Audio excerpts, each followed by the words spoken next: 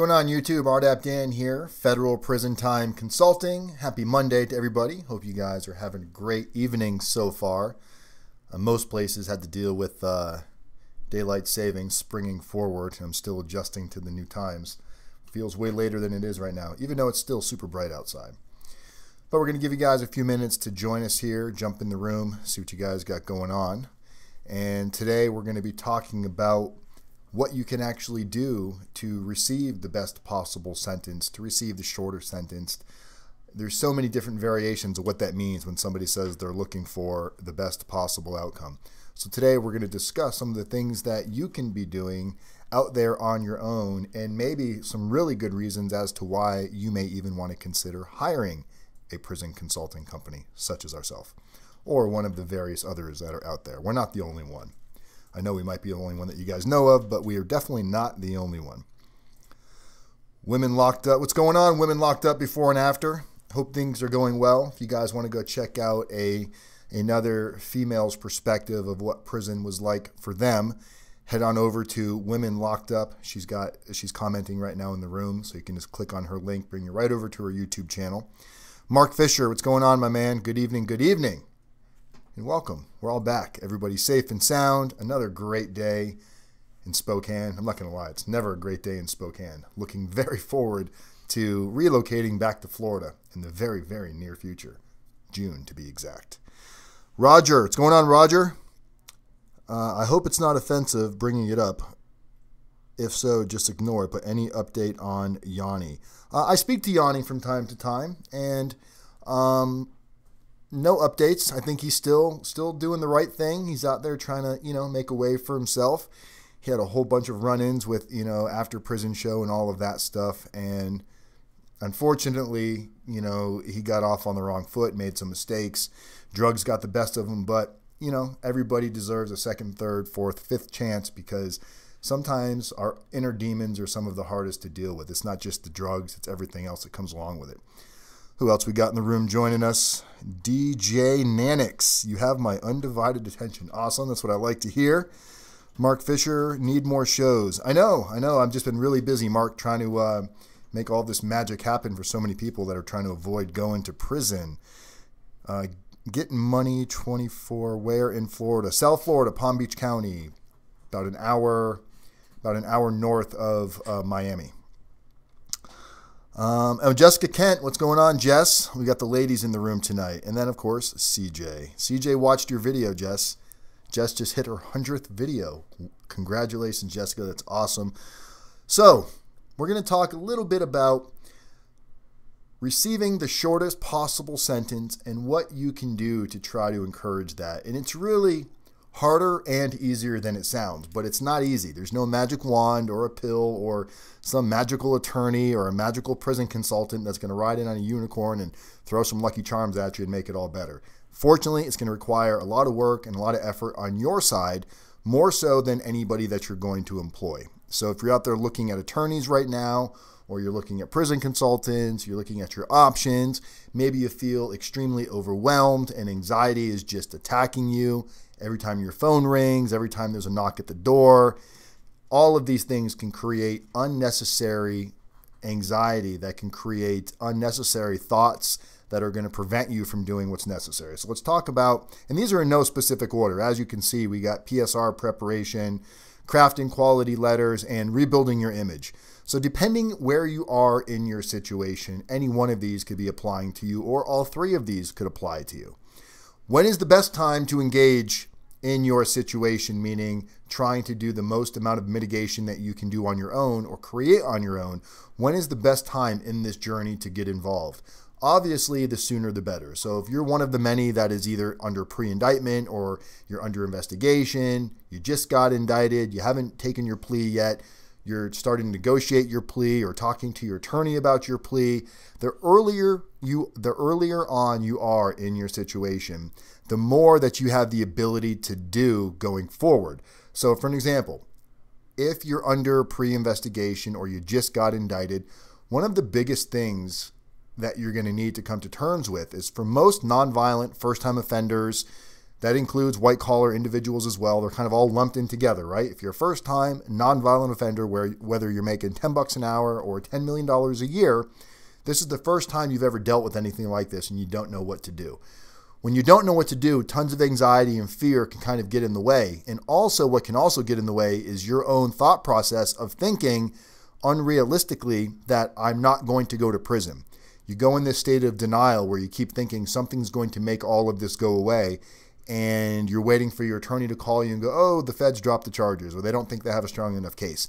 The sooner you can come to terms with going, you know what, prison is an actual possibility, a very real possibility, the sooner you deal with those reality of terms, the quicker you can start making the progress forward to what you can do to now start minimizing how bad the actual consequence may be. So if you're involved in this prior to your PSR, you haven't done your PSR yet, you haven't taken a plea agreement yet, there's quite a bit you can actually start doing on your own. Letters become a huge asset to you. When I say letters, I'm referring to personal narrative and character reference letters. You're going to hear many attorneys either not mention how important these letters are, or they'll tell you we'll get to them later.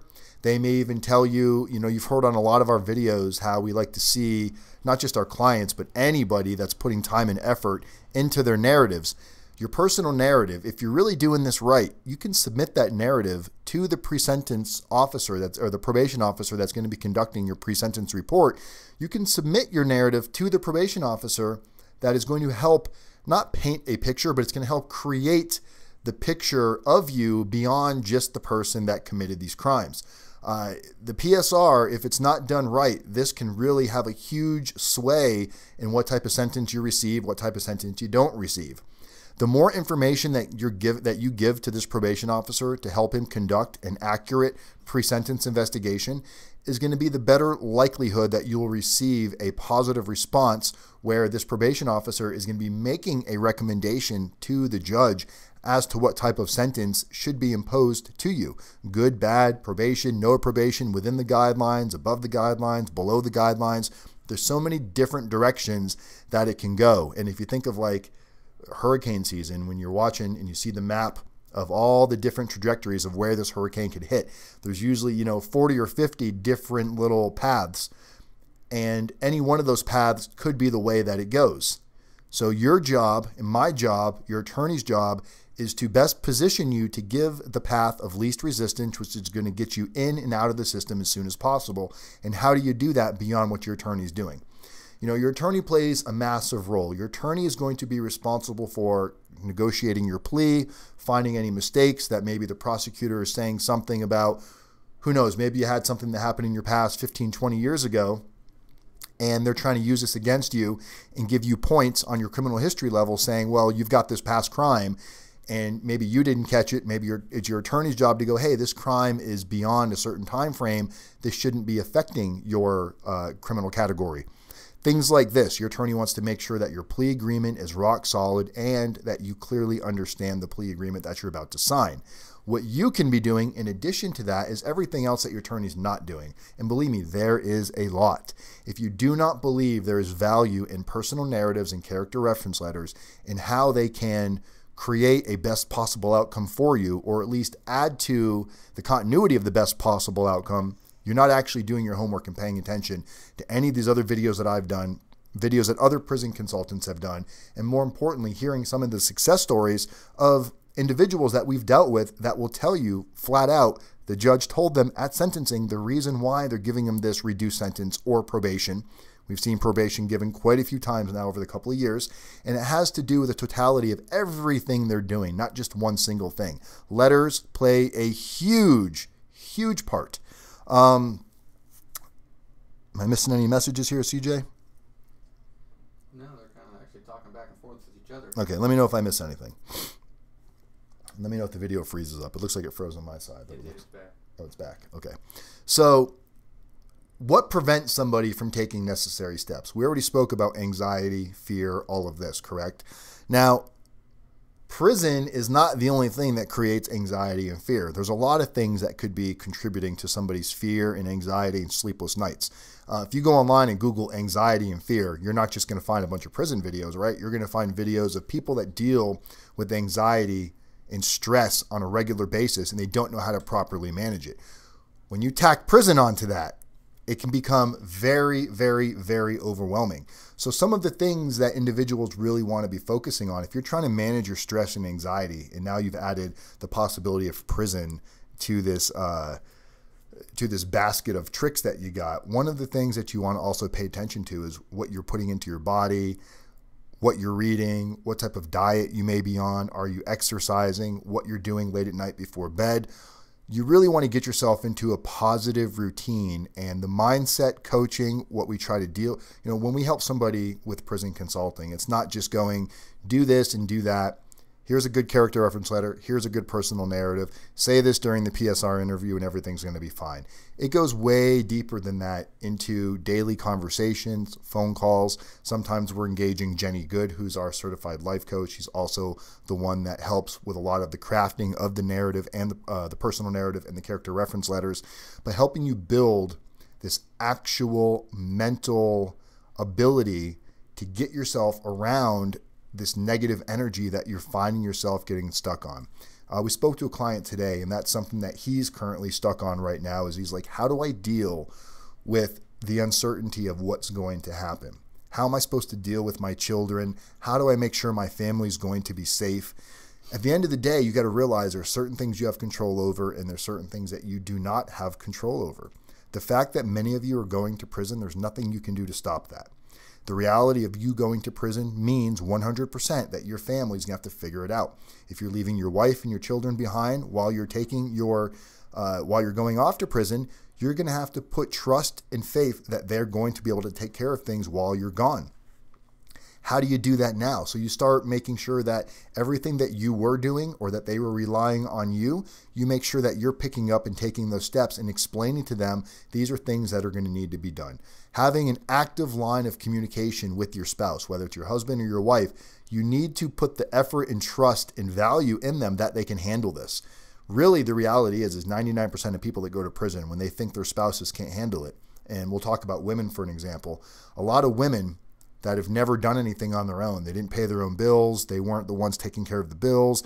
They kind of kept the house in order. They didn't go to work. They did a lot of like the housemaker type of a role.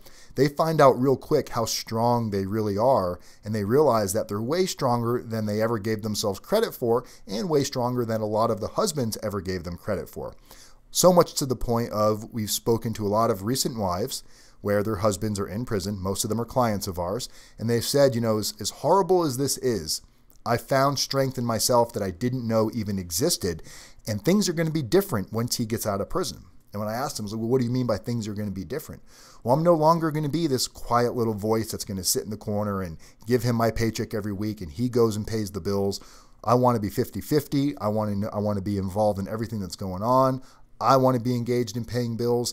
And it's really becoming more of a partnership versus this, the way that it was before that. And I don't want to say every relationship is like that, but we do see it a lot, specifically in the white collar realm, where a lot of these women had no idea this was going on. They didn't know what was happening. Next thing you know, husband's going off to prison. Wives are left sometimes houseless, moneyless. They got to deal with the children and they don't know where to start. And that in itself can be completely overwhelming. So part of what we really do is help you prepare how you can deal with those types of. Yeah, you said you went offline. Still offline. Oh, wait. You need to give us a call. My contact information's in the description of this video. You guys can call, text 509-434-4695. You can shoot me an email, rdapdan@gmail.com. You can visit us on our website, www.rdapdan.com. We want to make sure that everybody that's in a situation right now has the ability to get through this and not feel like you're all alone.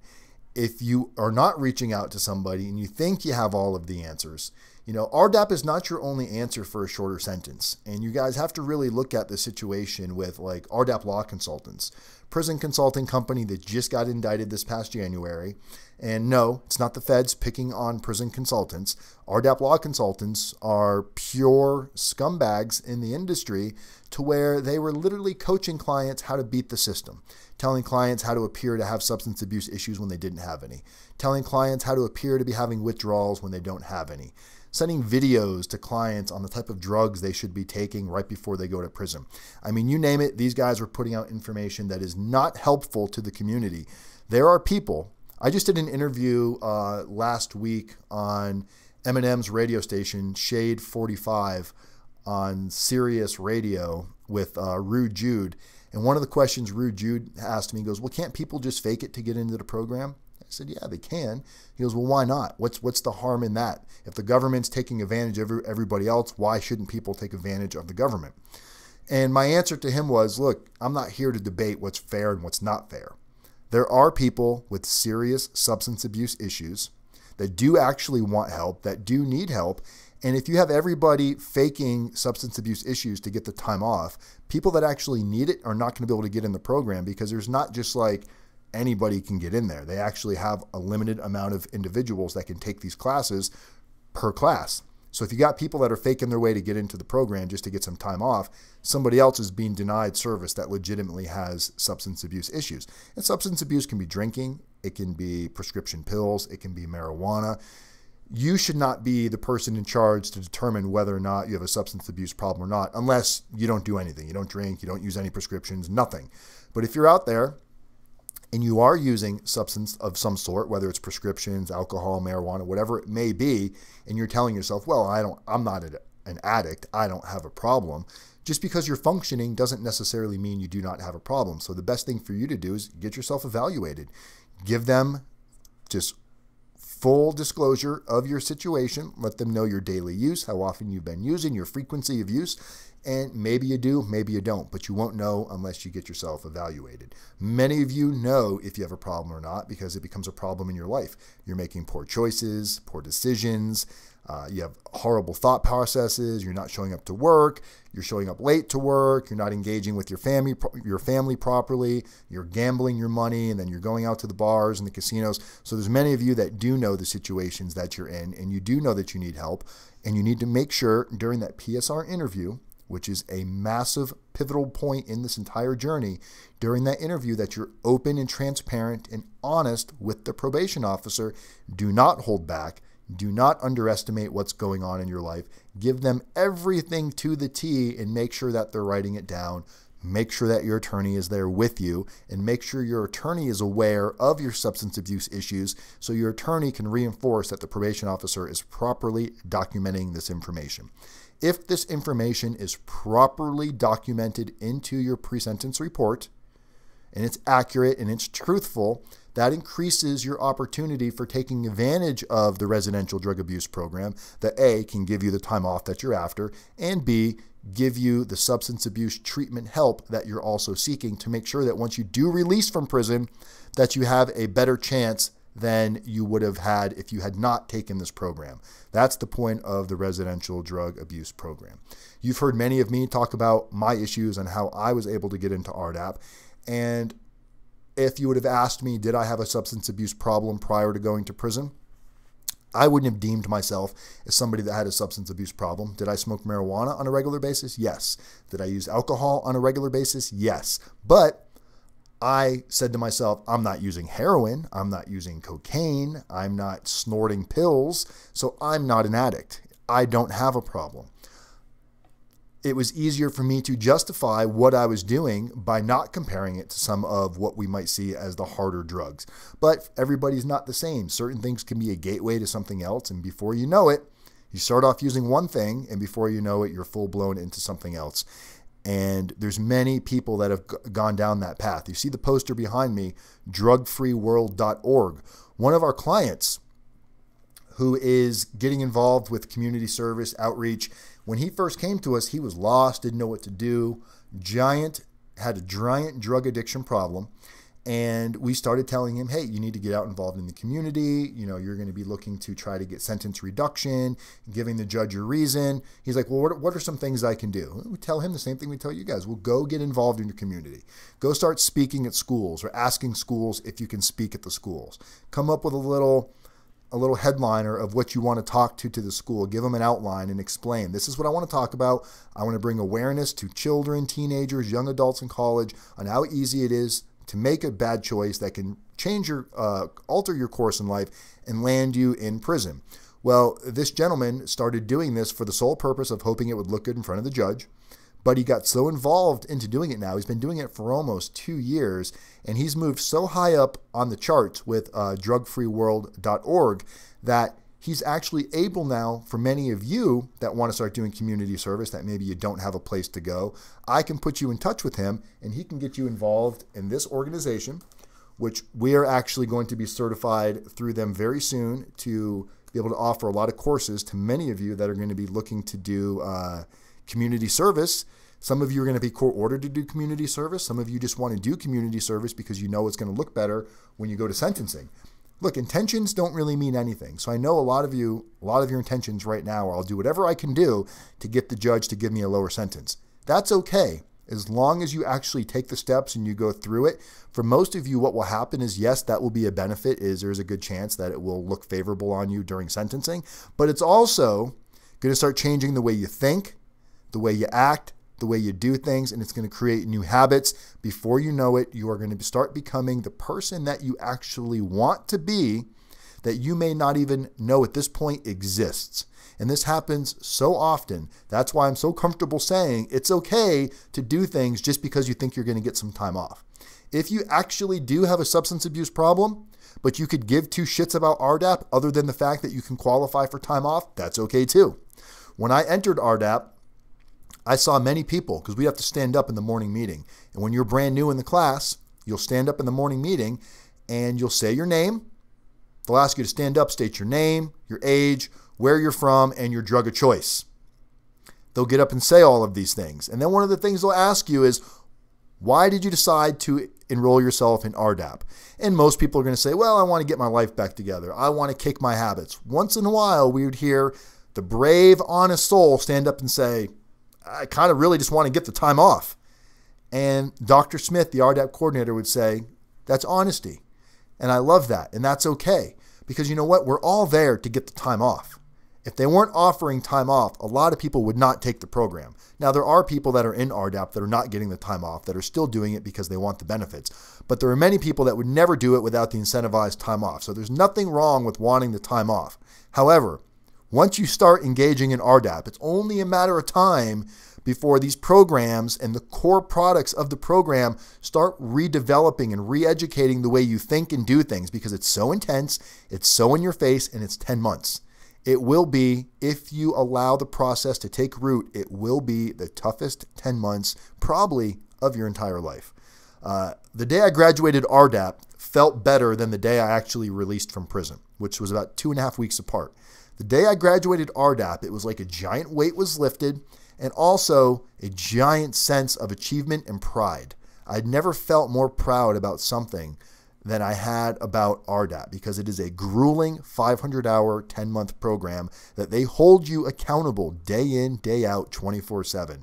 There is no break from it. It's 24/7, constant pressure. People quit, people get kicked out, and people get removed from the program constantly. So if you're one of the few or one of the many that successfully complete the residential drug abuse program, you should be proud of yourself. And if you're one of the few that completed RDAP and you're still out there bad-mouthing it, it means you didn't learn anything. You didn't take the program serious. You were cheating yourself. You were cheating the program. You're jumping through hoops, and you never once allowed it to become a reality of things that you can do to make better choices later on in your future. So RDAP for me is something that means a lot. This is why we don't just help anybody get into the program. Yes, we're going to explain the ins and outs of what qualifies and doesn't qualify for RDAP. Like I spoke to somebody yesterday. I went to go see a movie by myself yesterday. And on my way to the movie theater, I received a phone call from a lady who was telling me her husband just got sentenced to 120 months. And she wanted to know if there's anything that we could do to help him possibly shorten a sentence. We were talking about First Step Act, Second Chance Act, and then I asked her, I said, is he going to try to enroll in RDAP? And she said, what's that? And before I explained to her what it was, I said, does your husband did he have any substance abuse problems prior to going to prison? I said, did he drink? Was he using drugs, prescription pills? She said, no. No, he wasn't doing any of that. I said, okay, well, he won't qualify for RDAP. She's like, well, what is RDAP? I said, it's a program that if you take it and qualify for it, it can reduce your sentence by a year. Then all of a sudden she goes, well, what if he did have a substance abuse problem? I said, well, you just said that he didn't.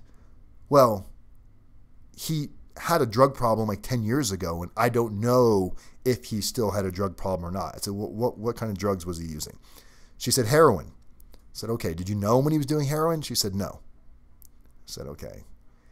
When somebody's using heroin, and for some of you that are in this room right now that may have or had heroin addictions, there's not that many people that can completely hide their use from going from not using heroin to using heroin.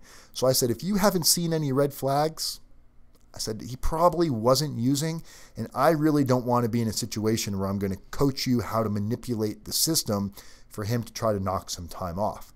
And she said, no, I appreciate that. She goes, I really don't know if he was or not. I don't think he was. But that's the reality, is this isn't for everybody. There's not one cookie cutter program for everybody. And I apologize if it's still cutting in and out, guys. Comcast. Comcast should go to prison just for being evil and shitty. But yeah. So really the best thing you can do is if you start with rebuilding your image and you look at your entire life and you say, okay, I made some shitty choices. I'm probably going to go to prison. It's time that I take responsibility for what I did. But how do I get through from here to where I might get a shorter sentence? And it's not just one thing. You don't just go, I'm going to hire somebody. It literally starts with making better choices every single day. So if you start doing things for the right reason, look, if you're eating horrible, change your diet. If you're taking tons and tons of sugar and putting it into your body and you're not sleeping at night and then you're blaming it on the anxiety from prison, sure, the anxiety from prison is not helping, but there's a good chance that all of the poison that you're dumping into your body is also not helping. So what can you do in this stressful, dire time where you might be going to prison? You can definitely start making better choices. You can start eating healthy. You can start exercising. You can start picking up some positivity, whether it be through reading like Tony Robbins, Awaken the Giant Within. I'm telling you, probably the best thing you could do is employ that awesome prison consultant, RDAP Dan, because we're there to light a match under your ass to make sure that you're not just sitting around and doing nothing. You know, from time to time, we'll get a client calling us going, I've been having a bad couple of weeks, and I'm just hearing about it now. And we kind of level the playing field a little bit. And we don't let you go back into that victim mode type of mentality to where you start going, this is falling apart. My job's about to find out. My wife is stressed out. My kids are doing bad in school. You start finding all of these reasons that create these little snowball effects that turn into one monster snowball later on, to where now it's so out of control and there's so much chaos that you don't even know where to start. It's like watching one of those crazy TV shows about hoarding. You watch some of these shows of hoarders, and you walk in someone's house, and it's such a disgusting mess that if you were the person that had to clean it up, you wouldn't know where to start. But you got to start somewhere. You guys got to pick a corner of your life and start making improvements in your life. If you're living in denial right now, or you're living in secrecy, meaning you haven't really told anybody about your situation, you're lying to friends, you're hiding it from friends, you're hiding it from family because you're embarrassed or you're ashamed, you're not doing yourself any favors, you're not doing them any favors. You need to start picking some key people in your life and start sharing the honesty of the reality of, you fucked up, you made some poor choices, you're probably going to go to prison for it. You don't have everything put together perfect like this picture that you painted. A lot of us, especially when it comes to the white collar individuals, we've got these nice houses, these nice cars, this nice cookie cutter life. And meanwhile, we did a bunch of fraudulent type of situations in order to make it happen. And I apologize if you're hearing a printer going off in the background. Shelly's printing left and right over there. Thanks, Shelly. So if you're living that lifestyle and you have all these amazing things in your life, and all of your neighbors are like, oh my God, you're the person we all want to be. You have the coolest parties at your house. And now you're afraid, what are they all going to think of me when they find out what I did to earn this money? If that's your biggest concern, you need to reevaluate your life, because if that's your value and all the cool shit you can do for people and how you're able to throw money and fly people all over the place and you're always the man spending money, that's not your value. That's you compensating for not feeling value. So you need to find self-worth. You need to find value in yourself. And you're going to do that real fast when you open up your real life to the people that you consider personal friends, intimate relationships. When you tell them what really happened and they stick by your side, those are the people that matter.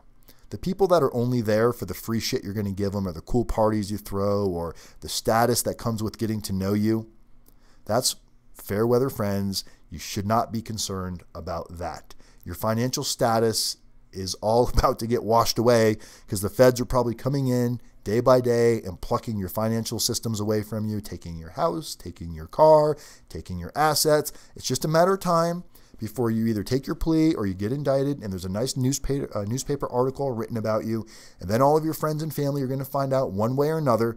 You can either be the one in control to let them know how they're going to find out, or they can find out through third-party gossip, horrible news media columns. And in most situations, all of that stuff is not necessarily true, but people don't know that unless they've gone through a system like this. So guys, we are here to make your life easier, more fulfilled, but give you tools that are necessary to not just prepare yourself for prison. Going to prison is the easy part.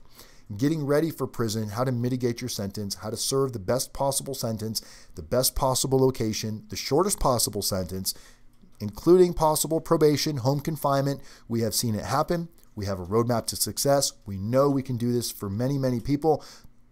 People that have the best opportunity are the ones that engage with us the sooner than later. That is where we can do the most amount of work up front. When you come to us and you're getting sentenced next week, yes, the letters are going to make a difference. Yes, we can help you with First Step Act, Second Chance Act, helping you navigate, understanding if there's motions that need to get filed. Yes, we can help you with all of that. But if you're really looking to serve the least amount of time as possible and you're early on in your journey, that's when you are the absolute best fit for us, because we can help you avoid a lot of the unnecessary mistakes that so many people make. Don't just assume because you have a six-figure attorney that everything is going to be flawless. Many of you that have your six-figure attorneys are still very frustrated because you can't get them on the phone. You call up with a bunch of questions, and when you get off the phone, sometimes you have more questions than answers. We are here to fill in the blanks, to help you understand the day-to-day, to make sure you and your family are processing this together, and to make sure that you've done everything from preparing for the PSR interview, doing a mock PSR to make sure you fully understand the level of importance, going over your narratives, your character reference letters, making sure these are crafted in the best explanation possible to really demonstrate your character beyond this person that committed the crimes. And lastly, if you're already on supervised release, if you're already on probation, and you're looking for the opportunity to terminate your supervised release early, we also have a program in place for that. We just got another awesome testimonial that was emailed over to us today. Another gentleman just terminated his supervised release early. You do not have to hire somebody to get early termination off of supervised release, but if you don't know how to navigate it and you don't know how to properly prepare your letters or motions, again, that's where we can come in and accommodate you to make sure that we're increasing the opportunity for this to happen. That's our job, to increase the outcome that you're looking for. By no means can we or any other prison consultant guarantee you anything other than the level of hard work and craftsmanship that we will put into your situation, just as we'd put it into our own situation as if it was one of my own children. Did I miss any questions that I need to jump on, Ches? CJ? No, nobody's asking any questions. Okay, so I think we're good, guys. It's a 30-minute video. How do I make money?